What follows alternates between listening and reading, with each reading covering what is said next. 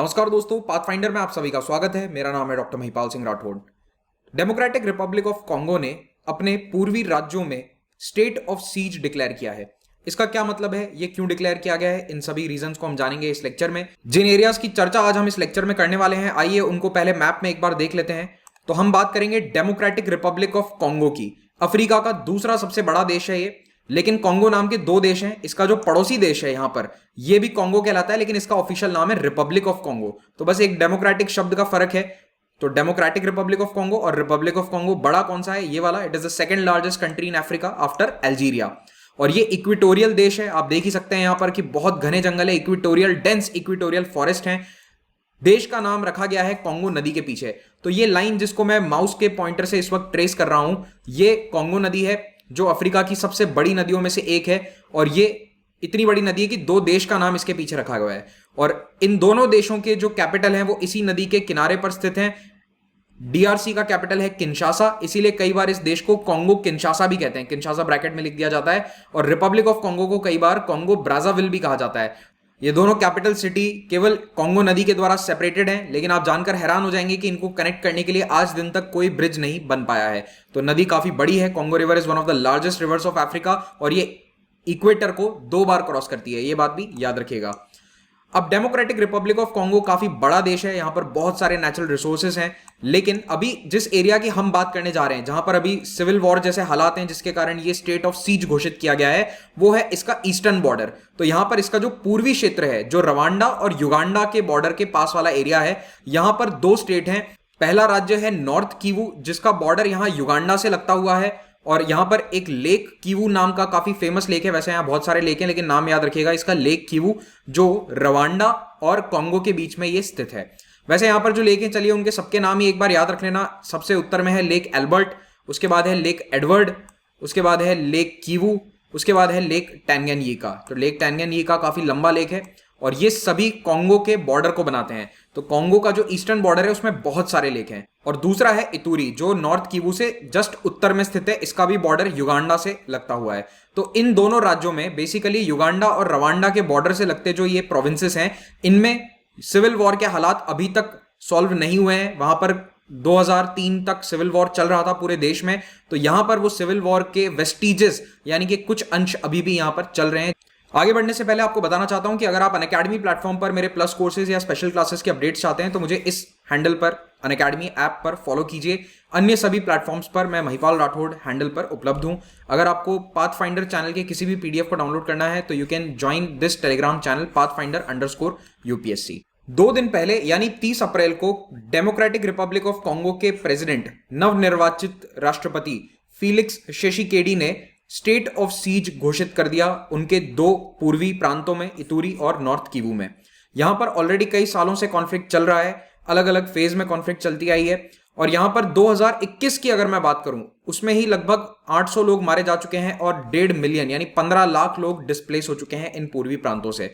तो जो लोग पीडीएफ डाउनलोड करते हैं, उनकी सहूलियत के लिए मैंने ये मैप फिर से यहां दिखा दिया है। तो ये है इतूरी राज्य और ये है नॉर्थ किवू राज्य। यहां पर युगांडा का बॉर्डर है और यहां पर रवांडा का बॉर्डर है। तो ये जरूर याद रखना, क्योंकि ये फैक्ट आपसे डायरेक्टली पूछा जा सकता है कि युगांडा और रवांडा जो है ये इसके ईस्टर्न नेबर्स। इस मैप में आप कॉन्गो और उसके पड़ोसियों को देख सकते हैं। एक इंटरेस्टिंग फैक्ट बताता हूं आपको। दुनिया में अगर आप पड़ोसी देश गिनो कि किसी एक देश के सबसे ज्यादा कितने देशों के साथ बॉर्डर्स हैं, तो उसमें रशिया और चाइना नंबर 1 पर आते हैं। दोनों के 14 पड़ोसी देश हैं। यहां पर ब्राजील आता है सेकंड नंबर पर। ब्राजील के 10 पड़ोसी देश हैं जिनके साथ उसके बॉर्डर्स हैं। और कॉन्गो आता है तीसरे नंबर पर। मतलब वैसे थर्ड आ जाएगा, और दोनों रशिया चाइना को अलग गिनोगे तो फोर्थ हो जाएगा। इसके 9 पड़ोसी देश हैं, क्योंकि सेंट्रल है ना बिल्कुल अफ्रीका में। तो इसके चारों तरफ 9 देश हैं जिनके साथ ये अपना बॉर्डर शेयर करता है। तो ये एक काफी लंबा चौड़ा इसका बॉर्डर है। बाकी सारे फैक्ट्स मैंने आपको पहले ही बता दिए थे। ये याद रखना कि कॉन्गो रिवर के कारण इसका नाम है। और कॉन्गो नदी और उसकी जो सहायक नदियां हैं वो पूरे लैंडस्केप को डोमिनेट करती हैं। तो यहाँ पर ये कॉन्गो नदी बहकर जा रही है, इस प्रकार से बॉर्डर भी बनाती है दोनों कॉन्गो देशों का। और इस देश को द कॉन्गो भी कहा जाता था, क्योंकि वो नदी के रिवर बेसिन के पीछे नाम है। तो जैसे पंजाब को अंग्रेज हमेशा द पंजाब कहते थे, आज भी आप कई जगह लिखा हुआ देखोगे तो it's written as the Punjab. तो वो इसलिए कहा जाता है क्योंकि वो जमीन, उस एरिया को नदी के कारण डिनोट किया जा रहा है। तो ये नदी और यहां पर रहने वाले कॉन्गो लोग, इनके नाम के पीछे देश का नाम लिखा गया है। 19th सेंचुरी में जब यूरोपियन देश अफ्रीका में अपनी कॉलोनीज बना रहे थे उस समय बेल्जियम ने कॉन्गो को हथिया लिया था।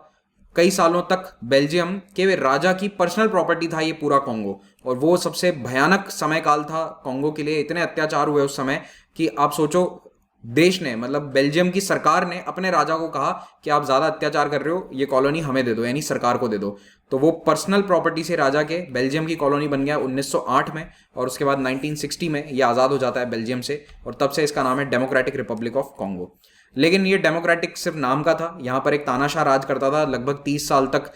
एक मिलिट्री लीडर था जिसका नाम था जनरल मोबूतू, इसका राज रहा था। 97 में इसका तख्ता पलट कर दिया गया। ये भागकर मोरक्को चला जाता है, और वहां पर कुछ लोग आते हैं जो बोलते हैं हम डेमोक्रेसी एस्टैब्लिश करेंगे, लेकिन वो भी डेमोक्रेसी एस्टैब्लिश नहीं कर पाए।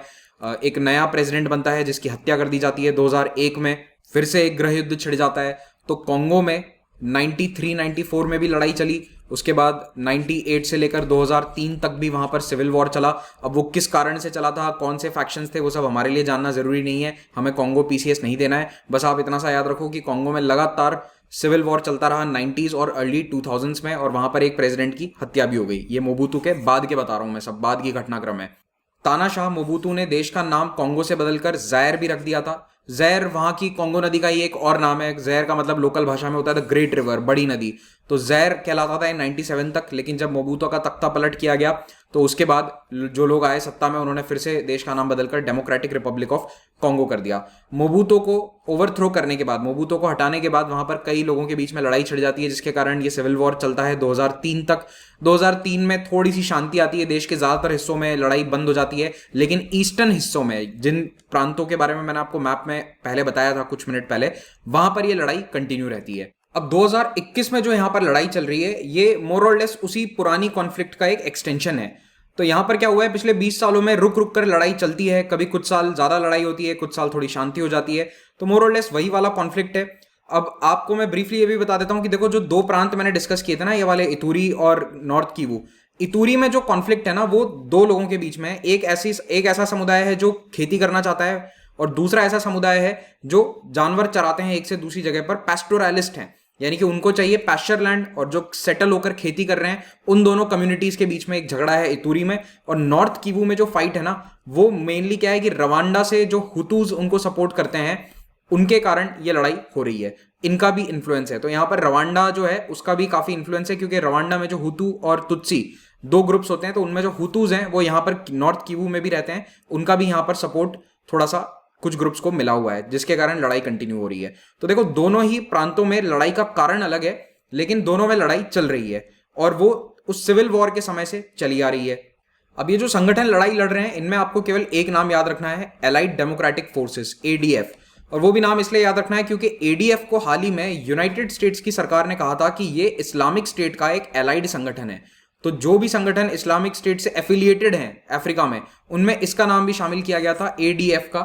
ओरिजिनली ये कॉन्गो का ही एक संगठन है, लेकिन अभी ये इस्लामिक स्टेट के साथ एफिलिएटेड बताया जा रहा है, और इन्होंने कई हमले किए हैं नॉर्दर्न किवू और इतूरी दोनों प्रोविंसेस के अंदर, और 200 लोग मारे जा चुके हैं 2021 में। मैंने आपको जो 800 का आंकड़ा बताया था वो 2020 का था, ठीक है। 2020 में 800 से ज्यादा लोग मारे गए थे, और अभी 200 लोग मारे जा चुके हैं इनके हमलों में, और कई हजार लोग अपने घर छोड़कर भाग गए हैं। कॉन्गो की जो आर्मी है वो इनसे लड़ रही है, और आर्मी की भी रेपुटेशन ज्यादा अच्छी नहीं है लोकल्स के बीच में, क्योंकि आर्मी के सोल्जर्स पर लगातार आरोप लगता गया है सेक्सुअल वायलेंस का और अन्य प्रकार की हिंसाओं का। तो ये दोनों जो प्रोविंस हैं इनके अंदर अभी बहुत प्रॉब्लम चल रही है, और इसीलिए स्टेट ऑफ सीज या एक प्रकार की इमरजेंसी सिचुएशन वहां के राष्ट्रपति ने घोषित कर दी है। इतूरी और नॉर्थ किवू के साथ एक और बहुत बड़ी प्रॉब्लम है, वो ये कि यहाँ पर मैल न्यूट्रिशन बहुत ज्यादा है, अंडर न्यूट्रिशन काफी ज्यादा है। जो ग्लोबल हंगर इंडेक्स की रैंकिंग्स या रेटिंग्स आती है उसमें अगर आप देखो तो इन दोनों प्रोविंसेस के लगभग आधे बच्चे तो स्टंटेड हैं, यानी उनकी ग्रोथ ही प्रॉपर नहीं हो रही है। इतनी ज्यादा यहाँ पर भुखमरी के हालात बन चुके हैं, और इसके पीछे मेन रीजन है सिविल वॉर। कॉन्गो के अंदर बहुत सारे नेचुरल रिसोर्सेज हैं, और यहाँ पर कोबाल्ट की माइनिंग बहुत होती है। तो कई टेक फर्म्स जो हैं वो यहाँ से अपना कोबाल्ट इंपोर्ट करती हैं, और ऐसे में इन मिनरल्स को माइन करने के लिए ये आर्म्ड ग्रुप्स या फिर रेबेल ग्रुप्स जो हैं ये कोशिश करते रहते हैं लगातार, और सरकार से लड़ाई लड़ते हैं, क्योंकि इनको पैसा कमाने के लिए यही जरिया है कि अपनी कॉन्गो की जो नेचुरल मिनरल वेल्थ है उसको ये एक्सट्रैक्ट करके उसको फॉरेनर्स को बेच दें। तो यहाँ पर गोल्ड, कोबाल्ट, डायमंड्स, इन सभी की माइनिंग होती है, और इनसे ये रेबेल ग्रुप्स पैसा कमाते हैं। कॉन्गो में यूनाइटेड नेशंस का एक पीस कीपिंग ऑपरेशन ऑलरेडी चालू है। आपको ये जानकारी दे दूं कि भारत के भी कई सैनिक कॉन्गो हर साल जाते हैं इस पीस कीपिंग मिशन में पार्ट लेने के लिए। इसका लक्ष्य क्या है? इस यूएन पीस कीपिंग मिशन का लक्ष्य है कि इन पूर्वी प्रांतों में एडीएफ और आर्मी के बीच में शांति बनाए रखें। लेकिन जो लोकल हैं वो यूएन पीस कीपर्स के खिलाफ भी कंप्लेन करते हैं, क्योंकि ये यूएन पीस कीपर काफी कर नहीं पा रहे हैं कुछ, इनके होने के बावजूद वहां पर हिंसा लगातार जारी है। They are mere spectators. लेकिन इसमें इनकी गलती नहीं है, क्योंकि यूएन मैंडेट देता है कि आप कभी भी पीस कीपर कभी भी पहले किसी के ऊपर फायर नहीं कर सकते। अगर उन पर डायरेक्टली फायर किया जाता है तो ही वो आगे किसी के ऊपर फायर करेंगे। इस एरिया के हालात इतने खराब हैं कि आप इमेजिन करो, इटली के जो एम्बेसडर थे कॉन्गो देश में, उनके ऊपर हमला हुआ था 3 महीने पहले और उनकी डेथ हो गई थी। Imagine an ambassador dying. बहुत रेयरली ऐसा होता है, कभी साल 2 साल में किसी देश का एम्बेसडर, राजदूत कहीं पर मर जाता है ऑन ड्यूटी। तो इटालियन एम्बेसडर जो हैं ये वर्ल्ड फूड प्रोग्राम के तहत एक कॉन्वॉय लेकर जा रहे थे, इस रीजन के अंदर खाना लेकर जा रहे थे, उन पर हमला कर दिया गया और उनकी वहां पर डेथ हो जाती है। ये फरवरी 2021 की न्यूज है। अब कॉन्गो में 2 साल पहले चुनाव हुए थे, चुनाव के बाद काफी समस्या रही। फाइनली अभी रिसेंटली फीलिक्स शिशिकेडी ने पावर संभाला है और उनके पहले जो 15 साल से वहां पर प्रेसिडेंट थे जोसेफ कबीला, वो पावर से हट गए हैं। लेकिन कई लोग आरोप लगा रहे हैं कि जोसेफ कबीला जो है ये अभी भी पावर अपने हाथ में रखना चाहते हैं, लेकिन अब वो डेमोक्रेटिकली इलेक्टेड नहीं है। तो फेलिक्स शिशिकेडी के हाथ में पावर आया है। तो जोसेफ कबीला भी मोर और लेस एक डिक्टेटर के रूप में ही काम कर रहे थे। हालांकि इलेक्ट हो गए थे, लेकिन वो इलेक्शंस इतने फ्री एंड फेयर नहीं थे। इनफैक्ट ये जो लास्ट इलेक्शंस हुए थे 2018 में, 2018 दिसंबर और 2019 जनवरी में इलेक्शन हुए थे, और उसमें भी ज्यादातर देशों ने ये कहा था कि इन इलेक्शंस में धांधली हुई थी। खैर अभी उसमें हम नहीं जाते। एडीएफ का जो वायलेंस है वो अभी 2021 में जारी है। 850 लोग इन्होंने 2020 में मार दिए थे। ब्रूटल अटैक्स हो रहे हैं इनके इस प्रांत में, इन दोनों प्रांतों में, और इनके हमलों के कारण इतूरी प्रांत में लगभग 16 लाख लोग अपने घर छोड़ने को मजबूर हो गए हैं। यहाँ की कुल मिलाकर आबादी ही 58 लाख 57 लाख के आसपास आबादी है। आप देख रहे हो ऑलमोस्ट 1/4 लोग अपना घर छोड़कर यहाँ से जा चुके हैं बिकॉज ऑफ द वायलेंस। और 30 लाख के आसपास लोगों को किसी ना किसी प्रकार की इमरजेंसी सहायता की आवश्यकता है, जैसे कि खाना पीना, इस प्रकार की रोजमर्रा की जरूरतें। अब डीआरसी के राष्ट्रपति ने ये लेटेस्ट इमरजेंसी या स्टेट ऑफ सीज क्यों घोषित करी? 29 अप्रैल को क्या हुआ था कि वहां पर स्टूडेंट्स प्रोटेस्ट कर रहे थे नॉर्थ किवू में। उन्होंने कहा कि ये हिंसा बंद करो। तो ये 8 दिन से वहां पर भूख हड़ताल की तरह से बैठे थे करके, और उनको हटाने के लिए वहां पर पुलिस भेजी गई। पुलिस ने जबरन हटाया तो वहां पर थोड़ी सी हिंसा भड़क गई, और उसके कारण राष्ट्रपति ने वहां पर नॉर्थ किवू और इतूरी में स्टेट ऑफ सीज की घोषणा कर दी है। लेकिन इस स्टेट ऑफ सीज में एग्जैक्टली होगा क्या, किस प्रकार से प्रशासन चेंज होगा, ये सब अभी वहां पर सरकार ने नहीं बताया है। गवर्नमेंट स्टेटमेंट में बस इतना ही कहा गया है कि हमारा लक्ष्य ये है कि वहां पर जल्द से जल्द शांति ले आए, और जितने भी लोग वहां मारे जा रहे हैं उसको हम बंद करवा दें। डेली लोग मर रहे हैं उसको वहां पर रोक दिया जाए। तो देखना ये होगा कि किस प्रकार से इस इमरजेंसी की सहायता से वहां पर शांति बहाल होती है या नहीं। अब पर्सनली मुझे नहीं लगता है कि स्टेट ऑफ सीज से वहां पर तुरंत शांति बहाल हो जाएगी। इतना लंबा गृह युद्ध वहां पर चला आ रहा है, इसको सॉल्व करने में कम से कम कुछ साल तो लग ही जाएंगे। लेकिन अब ये न्यूज में आ गया है, तो जो मैंने आपको ज्योग्राफिकल फैक्ट्स बताया, कुछ हिस्ट्री के फैक्ट्स बताए, उन सबको आप याद रखिएगा। जाते आते एक और इंटरेस्टिंग फैक्ट बताता हूं। डेमोक्रेटिक रिपब्लिक ऑफ कॉन्गो जो है वो दुनिया के सबसे बड़े कर्जदारों में से एक है। यानी कि वहां की जो सरकार है, it is one of the largest debtors of the world. दुनिया में सबसे ज्यादा डेट जिन देशों में, उनमें से वो एक है। और कोविड-19 के कारण कैसे गरीब देशों पर डेट बढ़ गया है, इसके बारे में अगर आप चाहो तो मैं एक अलग वीडियो बना सकता हूं। आप कमेंट करके मुझे बताइएगा। इस लेक्चर का पीडीएफ आपको इन दोनों टेलीग्राम चैनल पर मिल जाएगा। अगर आप 2022 और 23 एग्जाम्स की तैयारी कर रहे हैं तो अनअकैडमी के सब्सक्रिप्शन को अवेल करके आप भारत के बेस्ट एजुकेटर्स से लाइव पढ़ सकते हैं। तो यहाँ पर 2 प्रकार के सब्सक्रिप्शन है, प्लस और आइकॉनिक। प्लस सब्सक्रिप्शन में आपको टीचर्स लाइव पढ़ाएंगे, क्लासेस आपको अवेल मिल जाएंगी, और आइकॉनिक में आपको एक मेंटोर भी मिलेंगे जो आपको डे टू डे गाइड करेंगे और जीएस मेंस आंसर राइटिंग की प्रैक्टिस करवाएंगे, जो यूपीएससी के लिए एक बहुत ही क्रूशियल एस्पेक्ट है। इन दोनों ही सब्सक्रिप्शंस को अवेल करते समय आपको याद रखना है कि आपको ये प्राइसेस पे नहीं करनी है। Use the code Mahipal and get 10% flat discount. तो आप 10% डिस्काउंट ले सकते हैं। और अगर आपको लोन के लिए अप्लाई करना है, बेसिकली ईएमआई ऑप्शंस में आपको पे करना है, तो इस वीडियो के डिस्क्रिप्शन में आपको एक लिंक मिलेगा, उस लिंक पर क्लिक कीजिए और उस लिंक में आपको बेसिक डिटेल्स अपनी फिल करनी है। हमारे टीम मेंबर्स आपको कांटेक्ट करेंगे और पूरा ईएमआई का प्रोसेस बता देंगे। अनअकैडमी सब्सक्रिप्शन लेने के बाद आपको बिल्कुल सोचने की जरूरत नहीं है कि मैं कहाँ पर किस टीचर से पढ़ूं। आपको बस एक बैच ज्वाइन करना है। हर महीने यहाँ पर बैच बनते रहते हैं, हिंदी मीडियम के, इंग्लिश मीडियम के और बाइलिंगुअल बैचेस। तो 28 अप्रैल से जो बाइलिंगुअल बैच स्टार्ट हुआ है उसमें आर्ट एंड कल्चर की क्लासेस मेरे द्वारा पढ़ाई जा रही हैं। तो आप इस बैच को ज्वाइन कर सकते हैं और आर्ट एंड कल्चर पढ़ सकते हैं। मंडे टू सैटरडे डेली 8 बजे रात को क्लास होती है। ऑप्शनल सब्जेक्ट की तैयारी भी आप अनअकैडमी के माध्यम से कर सकते हैं। ऑप्शनल प्लस जीएस का जो कंबाइंड पैकेज है, इसमें आपको थोड़ा प्राइस का बेनिफिट मिलेगा और यहाँ पर भी आपको 10% डिस्काउंट मिल जाएगा अगर आप कोड यूज करते हैं Mahipal. So don't pay this price, apply the code and get a 10% discount. इन सभी एग्जाम्स की तैयारी के लिए भी अनअकैडमी प्लेटफॉर्म पर कोर्सेज अवेलेबल हैं। हमारी फ्री टेस्ट सीरीज है, उनका फायदा उठाइए। रविवार को कॉम्बैट होता है, उसमें हिस्सा लेकर आप अनअकैडमी ग्रुप की तरफ से स्कॉलरशिप्स जीत सकते हैं। तो आपको ये जितने भी सब्सक्रिप्शंस हैं ये ऑलमोस्ट फ्री में मिल जाएंगे अगर आप इनमें अच्छी रैंक लेकर आते हैं कॉम्बैट में। 1 घंटे का कॉम्बैट है, 60 क्वेश्चन आते हैं, उनको सॉल्व कीजिए, अच्छी रैंक लाइए। Thank you very much for watching this, have a great day.